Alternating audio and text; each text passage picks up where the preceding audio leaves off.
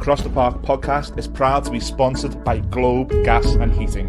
For the best kitchen and bathroom renovations, boiler servicing and repair, and central and underfloor heating in the Northwest, head over to globecentralheating.com and quote Across the Park for a free quote.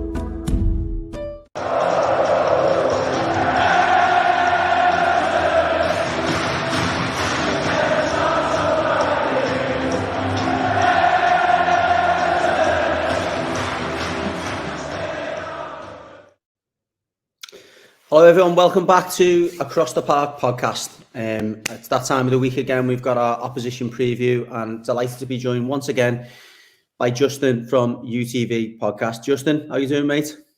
I'm very good, mate. How are you?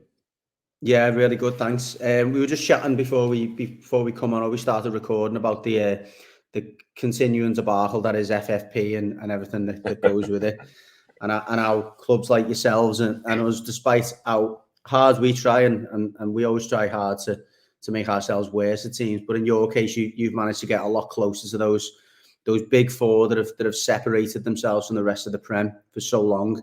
We're gonna start there, just not with the FFP stuff, but with the fact that obviously it's been, not to coin the phrase breakthrough, but it's been a hugely positive season so far for yourselves. You're right up there in the mix. Just depending on how results go at the weekend, you could see yourselves, top of the league after the game at Goodison, which is remarkable. But I do remember actually recording the last opposition podcast with yourself, and you were talking about, this was not too long after Emery had come in, that almost a night and day you'd seen between, Steven Gerrard's team, very similar, individuals, and the way that Emery has set things up. Has that trend and that, that pattern just continued since then? Pretty much, really. I think, the revolution, or I'm not going to call it an evolution, I think it's a revolution when he came in, was just remarkable. We beat Man United at home, which is something we hadn't done for about 20 years. So that was, I suppose, an indicator of what was to come.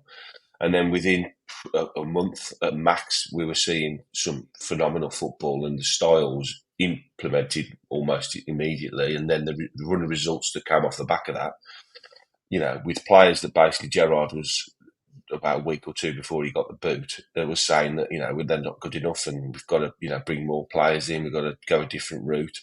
And Emery came in and just basically looked at what he got and said, right, this is how we're going to play. And they all bought in immediately, and the results just started flowing. We went from 15th when he came into Europe, which for me was a phenomenal achievement. But it wasn't just the run of results, because I think any team in the Premier League can have a little purple patch when you just suddenly start hitting a little bit of form. But I don't know about you, you always sort of see through it and think, okay, we'll just ride this as long as we can, and then at some point we're going to lose a few, and then things will even out. And you've sort of got a rough idea in your head where your club sits in that Premier League table. But it felt very different, to be honest, because I think the structure was there and implemented so deeply within the squad, and everything that was coming out that we were hearing from the players about how in depth he went and his philosophies on football and what a great bloke he was, and how all the players liked him straight away, and the way that he goes about his daily work ethic. It felt different, very different. Now, I predicted the start of last season we'd finish 7th. I think that was more out of hope than anything else, and that's exactly where we finished. So when we came into this season, we did a pre-season podcast, and we all give our predictions where we think we're going to finish. And I said 3rd. Now, I wouldn't say mocked, but I had a few sort of smiley faces coming back at me. And when it went out, I had a few. I think you got a bit over the top there. But I based it on, from when he came into the end of the season, what I was seeing, and it felt very different. And my point was, if that continues into next season, and at that point we didn't know that was going to happen, but I had no reason to believe it wouldn't. I thought the way we played and the results we were getting, there's no reason why we couldn't push another 3 or 4 places higher. Now, that's a very hard thing to do, to go from 7th to, say, 2nd or 3rd. It's a huge jump, as we were saying before. The monetary side of things and the investment of those clubs historically is such a hard bridge to gap. But I just felt the way we were playing, that we could do it, and with obviously Chelsea struggling, with Man United, looking like that they were very up and down. Spurs, very similar. There was only really Man City, which is obvious, and then Liverpool and Arsenal. And I sort of thought Arsenal were a bit overrated last year, and Liverpool are a funny side, aren't they? They as you know, being so close to them, they're suddenly gone a run recently, but they're also capable of losing a few. So I felt we could be in and amongst it. So it's been an incredible season so far. I've got to be honest, one of the best. Well, the year from January to January last year was probably the best year of football I can remember following Villa, and that's in 45 years. So that just gives you an indication of where we currently sit as a team and a club. Sorry, that was a long answer, wasn't it? No. That was really interesting. And to be fair, mate, I was on a different podcast, not this one, more of a general sports one, and we got asked to do like a predicted Premier League table, and I had you as my surprise package. Although it shouldn't be much of a surprise given that, as you said, but it still is, isn't it? Yeah. And I had you up there as fifth in the league, so not quite as high as fourth. But I just said, look, there's every chance, and I wouldn't be surprised in the slightest if you did get into the Champions League, whether it be fourth or third. So, and I based that, to be honest, more on a statistical point of view of looking at your form at the end of last season, and it was up there with the with City and Arsenal and Liverpool, if not better than two of the four, I think. So yeah, I mean, look, I think your prediction was definitely vindicated. And going back to your first point around the revolution since he come in, I think that the thing that always allows footy fans to kind of either see through something or to get behind it is the performances of the individuals, and how much he's getting out of each individual in the squad, and maybe, as you say, players who've been written off or have maybe underperformed. And I look at players like, John McGinn's been pretty steady for you, but he's gone on to another level. Ollie Watkins gets a lot of the plaudits, but look at players like Leon Bailey who looked like they were under Gerrard, they were a waste of money almost. I'm not surprised to have seen Diaby hit the ground. I really rated him when he was in the Bundesliga. But Leon Bailey was just as good as in the season before in the Bundesliga. But he's got the best out of those two. The way he's rotated them has been impressive. Let's not forget he's having Ademi Buendia, who I thought was one of your better attacking players and was capable of playing, in the Champions League. So I think the biggest credit you can give Emery is how he's putting players like Den Donker, who I thought was bang average, and he's looking like he belongs at that level. Yeah. And he's found this system that fits his his style of play and his strength. So yeah, full credit. And I think for me that's the measure of a good manager, is he finds a place to put every player. They may not play every week, but when he does play them, they seem to step up. And the only time we've seen that, I think in recent years, and probably the only time we will see it in a long time, was through Carlo Ancelotti. And Ancelotti was just ingenious at doing that. He would play a player that you hadn't seen for 6 or 8 weeks in a position that maybe he was not used to playing, and he'd get a tune out of them. And I think that's what I've seen a lot when I've watched Villa this season. Yeah, I would agree. I think what he's done is, and the evolution of sort of 5 substitutions has helped massively, I think, with the Unai Emery way, because they've all bought into the squad dynamic. You remember, like I do, a first 11 used to be a first 11, and you'd run them into the ground until they couldn't go anymore, and your subs were literally. John Dyche still does that now. Yeah, I think he does at the moment. Yeah, but that's because of needs must, isn't it, rather than anything else? Whereas we've sort of evolved over sort of. I do still give credit to Dean Smith, and the only thing I'd give credit to Steven Gerrard for was bringing in like Boubacar Kamara. So there's players there that have been brought in by previous managers that had obvious ability, but none of them could sort of get the best out of them. And now what we've got is probably about 15 players, I reckon, that are really excellent, and they've all brought in, like you've just mentioned, Leon Bailey. Last season, he was a real nigger for us for a couple of years. Undoubted talent. I'm a firm believer that football fans tend to slag players off after 5 games if they haven't done it. Oh, he's rubbish. Now, you don't play the Premier League if you're not an absolutely unbelievable footballer. So all it was for me was unlocking these players. And you need a manager that can, look at how good they are, look at what they need, and put them in an environment to get the best out of them. Now, he started the season on the bench, and he was coming off the bench. And last season, I'd have said he wasn't very happy with that. He looked a bit miserable and he wasn't getting minutes. But now, at the start of the season, he bought into it massively. And then when he was getting these little cameos, 10, 20 minutes, half an hour, half the games off the bench, he was impacting the game massively. Yeah. And he looked chuffed to do it.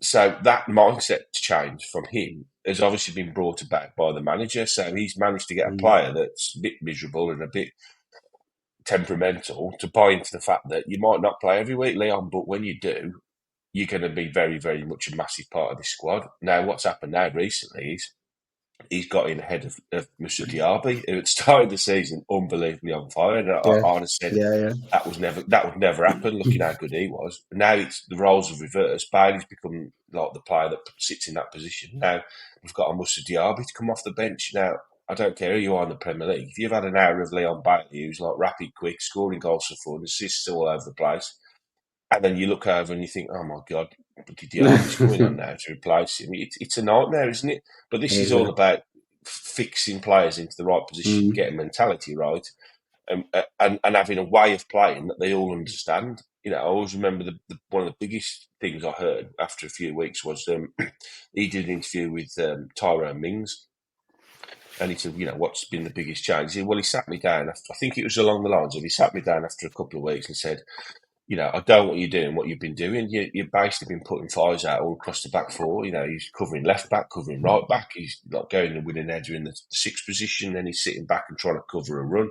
He said, that's not your job. Your job is to be centre half, sit in the middle of the park and play like this. Let the left back do his job. Let the right back do his job. Very, very basic things you would think. But because the structure of the team was so higgledy-piggledy under Steven Gerrard, that these things obviously weren't covered, and it was creating havoc all over the back line. So, like, the left back would go bombing on, because I presume that's what he was told to do, attack down the left-hand side. And then because he wasn't, the back four didn't then come across like they do now, all of a sudden you'd have an overload, and then Mings would have to go over and do that, and then the ball would come in the box, and there'd be one centre-half waiting. So all these things were hugely problematic, but within a couple of weeks he came in, and this is the way we play now. Now our style of play is very interesting, and we've spent a lot of time now going and how it works, and it is absolutely fascinating how we play football. I mean, I could probably go on for about 2 hours telling you exactly how we set up, exactly how things work, but it's amazing to watch. Once you know how they play, it's amazing to see it sort of work. Well, just on that, perfect segue, really. My next question was going to be, going into the weekend then, and How do we play? I'm not going to ask you to talk for 2 hours around, how you play every week and against different opposition. But thinking about the way that, you know what to expect from a Sean Dyche Everton team, how will he approach him, and which way will he tweak the system to try and make sure that, you get 3 points this weekend? Well, we've had I wouldn't say a massive dip in form, but we've had a few injuries recently. Tielemans, who started the season on the bench, but then came in, has been phenomenal for us. Has been out for a couple of 3 weeks. I don't expect him to be back.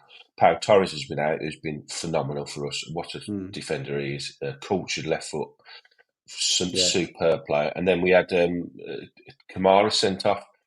And he missed 3 games, but he's back now. Yeah, so that was a huge loss.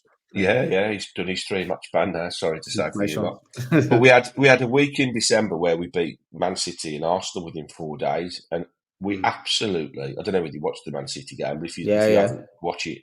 Yeah, I've never seen any team take Man City apart the way we did, and how it was only 1-0, I'll never know. If it had been 4-0, you'd have said, "Yeah, fair enough. That was a fair result." We absolutely destroyed them.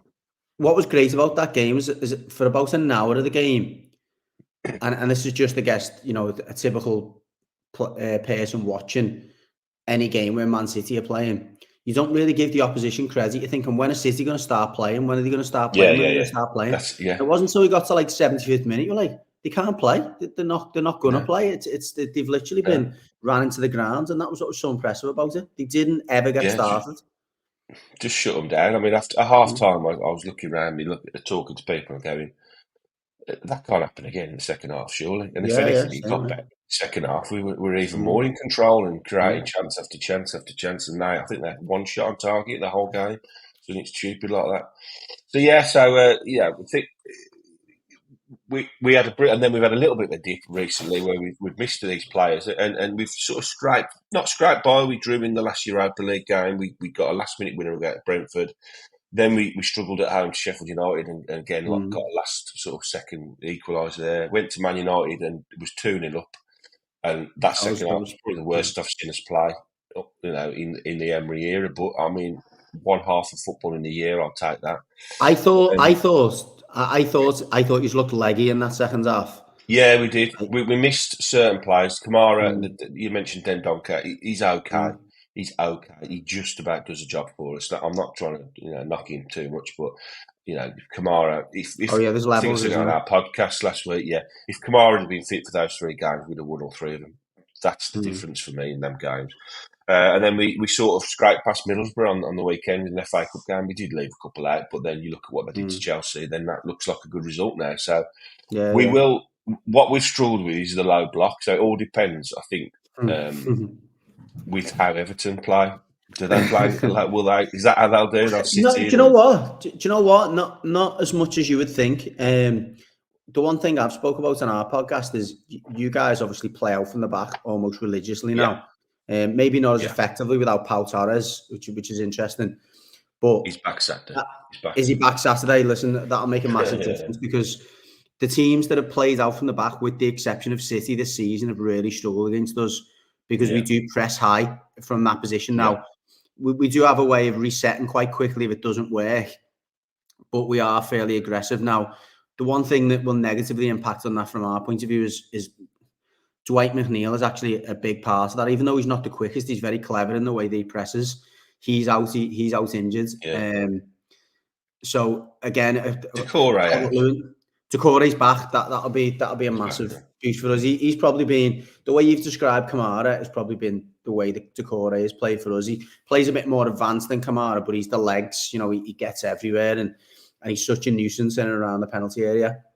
But that'll be interesting to see the way that plays out, because if you're comfortable getting out of that, playing through that high press, then we might quickly drop into that low block and think, look, it's not working, and you're probably up there now, I think, with City in terms of the way that Emery has got it. What I like about it is you play out from the back. You don't stay too long in your third. You're quite quick at playing through the thirds.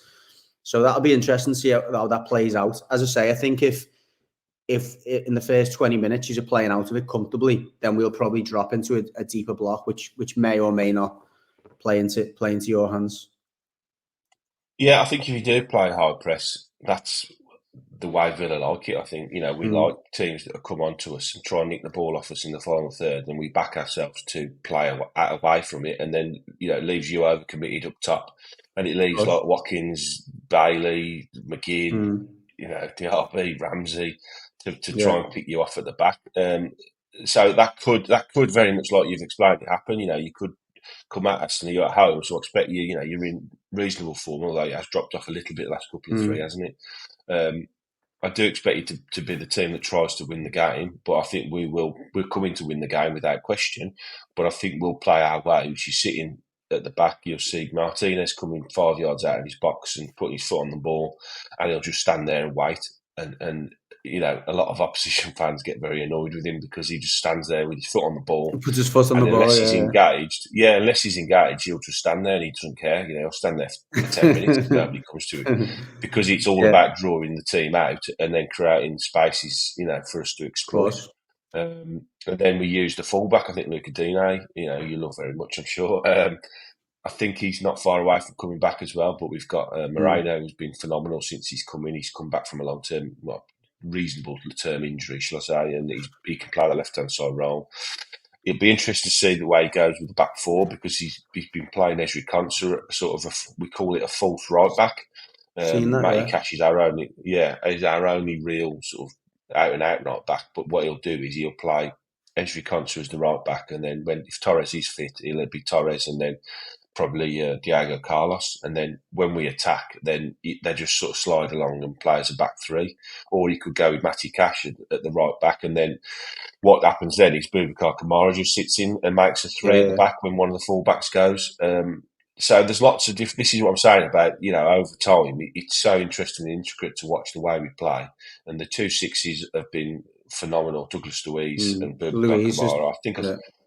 I said that we beat West Ham 4-0 at home earlier in the season, and I genuinely I haven't seen a midfield performance as good as that probably in 25 years. And I said at the time, if there's a better number 6 in the Premier League, I'm yet to see it. And there's probably only Rodri you would put up there as somebody that form-wise is anywhere near Douglas Luiz this season, which, it all buys into where we are.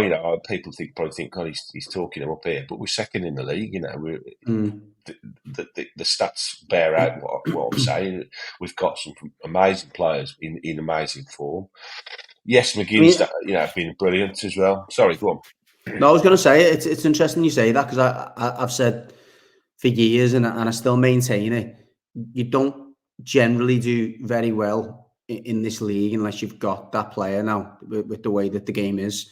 The only team really that's struggling for that position at the moment is probably Liverpool. They haven't really found a 6, if you like, but you've got Rodri, you've got Declan Rice who's come in, and even though Arsenal, I agree with you, and maybe shooting, the form was probably a little bit deceiving last season. I think the addition of Declan Rice has allowed them to maintain that to some degree, and that's been the big factor there. And as Douglas Luiz has been phenomenal. As I say, I'm gobsmacked that Man City never came back for him, because he had a release clause that they could have signed him back, and we was all counting the hours down for that one. But very odd. Yeah, but so again, you expect really then in that case for it to be not business as usual, but with Kamara back in the team, and again with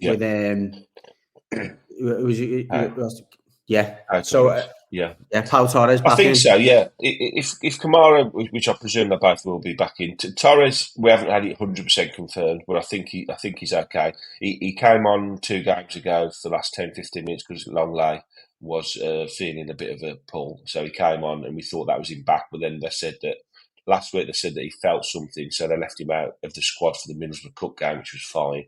And I presume that was with a view to being right for the Everton game. So as it stands, I presume he's going to be playing. But if not, then Longley will play there, who's been a really good, backup player. I'm surprised by that, because I was never impressed. I was never impressed with Longley wherever he's played. When he was at Spurs, he was. He didn't look great, did he? But he's another. And Barcelona, but Barcelona don't really defend, do they? No, he's been great. Left-footed. He's very calm on the ball. He's played every single Conference League game for us, and he's looked good. He's solid. He's very calm on the ball. He plays out from the back. He's good in the air. He's a very, very good backup. If they're both fit, he doesn't play. There's no question. Pau Torres is better, much better. But as a replacement with Mings out, he came in on a season-long loan basically to replace Tyrone in the squad. So I think he's been decent. But I do expect Torres to play. I expect Kamara to play, and I think we'll be, apart from Tielemans, we'll be pretty much full strength. I think for Everton on the weekend. Brilliant. Great. Not good for you, hopefully. No, great to hear. I mean, it'll be interesting it looks like we'll still have Onana coming into the weekend. Obviously, there's heavy speculation around him moving on, and the way you've described your midfield, we absolutely are going to need him this weekend. I think our midfield, to be fair, have been decent this season, and in I would say most weeks have had the upper hand over the opposition, but they're definitely going to be up against it this weekend with your 2 or 3 that you'll have in there. We'll generally play, or we have in the last few weeks, particularly our guys out, would be Garner and Onana playing in that, the deep or holding midfield role, with Decore ahead of them. And then our wide players that have been McNeil and Harrison will generally tuck in quite a lot and almost make it really difficult in the middle of the pitch. Almost like a 5 across the middle. Yeah, it's a lot like a 5 across the middle. To be fair, they do play. Harrison, you'll know what Harrison's like from his days at Leeds. He does like to get out wide, but Dyche very much likes to have 5 in that middle and really tight across the middle of the pitch as well, which has been difficult for some of the better teams. Is Dyche still wearing his shit coat? Yeah, Do you know that. the John McGinn thing? Have you heard about John McGinn? No, I haven't heard it. No. Well, for all the Everton fans, it's quite funny actually. When he was at Burnley, there was a bit of we played Burnley, and there was a bit of a to do with John McGinn and Dyche. Yeah. And I think if you go on TikTok or somewhere, you can type in John McGinn, Sean Dyche. There's a brilliant. He comes back at him with a brilliant. Well, I won't ruin it, but just go and listen to it after. It's so funny. Honestly. It's really funny. I'm sure he takes the piss out of his coat. Brilliant. Yeah, he does. It's brilliant. Honestly, very worth watching. All the Everton fans. Yeah, I love that banter. Yeah, so it'll be interesting to see if that kicks off at the weekend as well. Then. But it's the interesting one for us, obviously, as well, was we expected, just because of the way things have been going forward, is that Dominic Calvert-Lewin's ban wouldn't have got overturned, but thankfully, common sense prevailed. That was balmy, by the way. I've never seen anything like that, honestly. I mean, again, if we could talk VAR, it would be another 2 hours, so we'll just leave VAR. It would be, yeah. But yeah, what is interesting about it is just before, not even just before, probably at half time in that game, a lot of Evertonians were saying, look, get Beto on. Beto, just to kind of give you a bit of context on Beto, he's a little bit like Duran.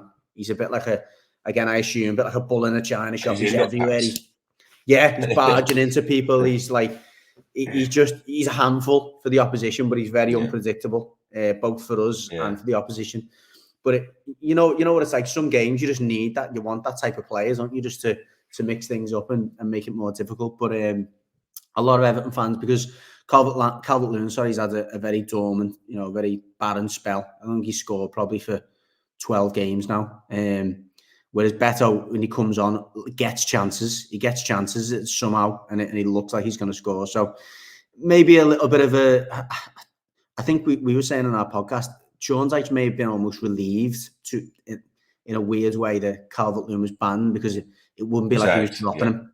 He's just bringing him in. He's got to take him out now. But he's got an interesting call there to make, because the last 5 or 6 games, Beto's come on and he's made an impact, whether it be scoring, assisting, or just generally being a nuisance. But we know, and I think, there's a general acceptance that Calvert-Lewin is a better player, but he's just, his form has dipped massively recently. So it's an interesting call for the manager to make there. I watched, I think, Beto make his debut, and was it a cup game when he came? Yeah, I was there. He was, yeah. He really impacted on that game. I thought, he did, and he looks a handful, but I don't think he's quite lived up to it yet. Like you say, he's impacted little bits, isn't he? Duran's very similar for us. He's like, we all basically think he'll come on, he'll either score a hat trick or he'll blast one in the top corner, or he'll get sent off within 30 seconds. he's absolute law to himself. I enjoy watching him now. I love players like that, and I've enjoyed watching you in the Europa League, because they've been high scoring games. Duran's played most of them, hasn't he? He's got a good few in that competition, but it's interesting to see how he does it. I think from Beto's point of view, he hasn't quite got up to the speed of the Premier. Sometimes his touch lets him down, but he's incredibly powerful. A lot like Duran. He's very quick, very strong, good in the air. But I fully expect, knowing the way that Dyche is and the way he's quite stubborn with his system and the expectations of the players, that Calvert-Lewin will start again, and hopefully he can he can get back on the score sheet again. But right, I've kept you long enough, Justin. Really appreciate the insight. No, but before we go, give me a prediction. I think it'll be a tight game. I said on the pod the other day, and I went with 2-1 Villa, so I'll stick with that. Fair enough. I'm gonna go 2-2, which I would absolutely take. I've seen a few Euro away games recently, and maybe that's tainted by the absences, as you've said. But you do look like a team, with the exception of some of your home games, that will give the opposition chances through the way you play. Yeah. Hopefully we can exploit that. Just a quick question, and I haven't looked into this. What have you been like on set plays, defending set plays? Has that been as strong as the rest of your game? Pretty good. Yeah, we've got a set play coach who's really good. When we get set plays, you'll see him come to the. He looks like a 70s rock god. He's got like long hair, Scottish. But yeah, we're pretty good at defending, and we come up with some quite strange little attacking set plays as well. Imaginative attacking ones. Players, run off, and you think where they're going, and we're okay. I'd say we're middle of the road, really. Interesting, because again, that's always, as you'd imagine, a strength of Sean Dyche. I think it's only Arsenal, bizarrely, who've scored from more set plays than us this season. So that's always an opportunity for us. So see how that plays out. But yeah, I fancy goals this weekend. I don't think we'll quite have enough certainly won't have enough to keep you out. And I think you'll get a couple at least, but so it'll require us to maybe to match us. But I'm going for an optimistic 2-2, to be honest. I'd take a 2-2 now and move on to the next one. But again, Justin, like I said to you last time when Emery come in and we'd seen a spike in your form. It's great to see you doing well. You're part of the furniture in terms of the top of that division, and best of luck with breaking through that continuing to break through that barrier and obviously finishing the season on a high. It'd be great to see a different team in the mix and a different team in the Champions League, particularly a club like Villa. So best of luck, mate, after this weekend. Yeah, cheers. Yeah, thanks for letting us come on again. And I reiterate that with you. Everton, a club very similar to Villa in stature, always was when I was growing up. I got a lot of time for Everton, and when you got the deduction, I did actually say I think you'll be fine, and I stand by that. I think you'll be fine. You'll be in the Premier League with your new shiny stadium soon enough. Yeah, soon enough, mate. Hopefully. Well, just for the benefit of our listeners as well and our followers, it's UTV Podcast. On Twitter, it's @UTV Podcast _ and on YouTube, it's UTV Podcast. But you'll see them linked in the title of the podcast and also in the description below. So give them a follow. Again, interesting to see how they go as the season comes on. Some cracking content that Justin gets out. So thanks again, Justin. And no worries. Best of luck after this weekend. Take care, mate. Thanks, mate. Up the Villa.